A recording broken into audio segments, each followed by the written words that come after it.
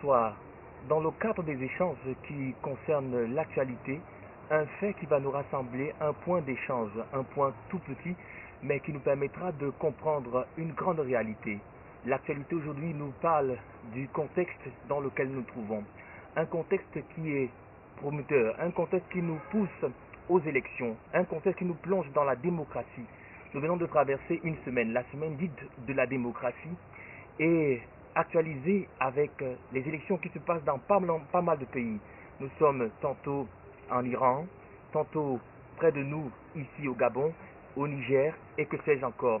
Alors pour parler d'élections, pour parler d'un point de démocratie, pour entendre ce pouvoir qui est donné au peuple, alors quelqu'un qui a sa petite idée, une expérience pas comme les autres, une expérience qu'on va devoir partager en quelques minutes. Merci de rester à notre compagnie. C'est avec M. Awafong Julius que nous allons échanger. Bonsoir et bonsoir Heidi, bonsoir. Merci de nous accorder ce petit échange. C'est un petit échange qui va nous permettre de comprendre exactement de quoi il est question. C'est vrai que c'est un thème qui touche la démocratie, mais je voudrais avant tout que vous puissiez vous-même vous présenter. Ouais, je m'appelle Awafong Julius. Je travaille, j'ai fait les recherches sur la réforme démocratique. Ça fait pratiquement 6 à 7 ans aujourd'hui. Et j'ai fait ça, je travaille avec un ami et nous voyons ça sur un angle différent. Cet angle, c'est d'abord de poser la question, est-ce qu'aujourd'hui on doit encore baser la démocratie sur le fait que au jour des élections, une personne doit avoir une voix? C'est là où il y a des problèmes. Voilà, c'est un point qu'on va devoir échanger plus amplement, mais en réalité, vous êtes chercheur et vous apportez un autre regard. C'est pratiquement un groupe de travail. Vous apportez un autre regard avec la démocratie, avec les élections telles que conçues par le passé. Mais il serait important de savoir d'abord comment est-ce que vous la concevez, cette démocratie. Oui, nous commençons d'abord par poser la question, qu'est-ce que c'est la démocratie? La démocratie pour nous, c'est le bien-être de la majorité. C'est ça le fondement de la démocratie. Ça a été mis en place pour que la majorité soit bien dans la société. Et si nous avons regardé dans l'histoire, on a compris que au début, ce n'était pas une personne, une voix. Ça a été commencé au phénomène où c'était seulement les gens qui avaient les terrains, qui avaient le droit de voter, dans les riches. Et puis il y avait un moment où c'était seulement les hommes, surtout aux États-Unis, les hommes blancs, qui avaient le droit de vote. Et puis il est venu un temps où c'est les femmes, après peut-être 100 ans de lutte, les femmes aussi ont eu leur droit de vote. Et il y avait aussi un moment aux États-Unis où, si vous étiez l'homme noir, votre voix était 2/3, vous étiez comme un 2/3 des êtres humains, le jour des élections. Et avec tout ça, nous avons compris que tout ça c'était les démarches pour atteindre la démocratie. Donc la démocratie qui est pour nous est le bien-être de la majorité. Tout ça, ce sont les mécanismes pour arriver à la démocratie. Et enfin, on est arrivé là où nous sommes aujourd'hui, une personne, une voix. Donc tout le monde a une voix. Mais est-ce que ça nous ramène alors à la démocratie qui est le bien-être de la majorité? Nous disons que non.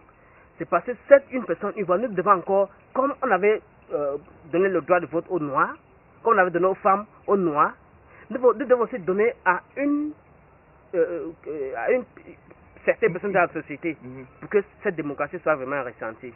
S'il faut comprendre la démocratie comme étant le bien-être de la population, vous partez historiquement avec ce qui s'est passé que ce soit aux États-Unis, avec l'évolution, vous retracez une certaine évolution. Mais nous avons entendu parler dans plusieurs chaînes de radio de vote sizing. Alors il s'agit de quoi en réalité? Vote sizing veut simplement dire que le jour des élections, le vote des gens ou le vote de certaines personnes, les votes seront taillés selon certains critères. Donc, les votes auront certains poids. Certains votes auront certains poids selon certains critères. C'est un peu difficile à comprendre, mais je voudrais que vous puissiez nous dire exactement en quoi est-ce que vote sizing, en quoi est-ce que ça concerne, étant donné que nous connaissons ce vote-là comme cette capacité que chacun a de pouvoir choisir quelqu'un qu'il voudrait placer à un poste qu'il souhaite, et cette personne qui va certainement partager les intérêts qu'il a. Vous dites une personne, un vote aujourd'hui, mais en quoi est-ce que vote sizing, en quoi est-ce que ça consiste? Vote sizing dit simplement que une personne, une vote est démodée. C'est ça la corruption. Nous devons aller dans un autre état où plus tu gagnes, plus riche tu es, moins ton vote compte. Donc c'est une manière de... Donc, si nous sommes aux États-Unis, Bill Gates ne doit pas voter. Et s'il vote, son vote ça doit compter 0. Alors, et l'enfant de la rue qui ne gagne rien, celui qui dort sur les ponts, son vote doit compter 100%. Alors vous essayez de donner une certaine parité, une certaine valeur à certains votes, surtout aux pauvres. Mais est-ce que ce n'est pas bien une sorte de discrimination qui est faite entre les façons de voter, puisqu'en réalité, on sait que le vote, ça se fait de façon secrète, c'est un bulletin qui va dans une urne secrète. Alors s'il faut déjà catégoriser les populations, catégoriser telle quantité de personnes, est-ce que ce n'est pas déjà antidémocratique? Non, quand vous parlez d'antidémocratie, moi, la démocratie d'abord c'est le bien-être de la majorité de la population. Le fait que la majorité n'est pas bien dans la société, c'est déjà antidémocratique. Et si vous regardez bien dans l'histoire, les élections n'étaient jamais une personne, une vote. Et une personne, une vote n'est pas la démocratie. C'est une manière pour atteindre à la démocratie, qui est le bien-être de la majorité de la population. Comme les femmes luttaient pour leur vote, comme les noirs luttaient pour leur vote. C'est pour atteindre la démocratie. Et si vous voyez bien, la raison de laquelle nos grands-parents, on dit en anglais, our forefathers, ont lutté très dur pour que les gens aient même d'abord le droit de voter.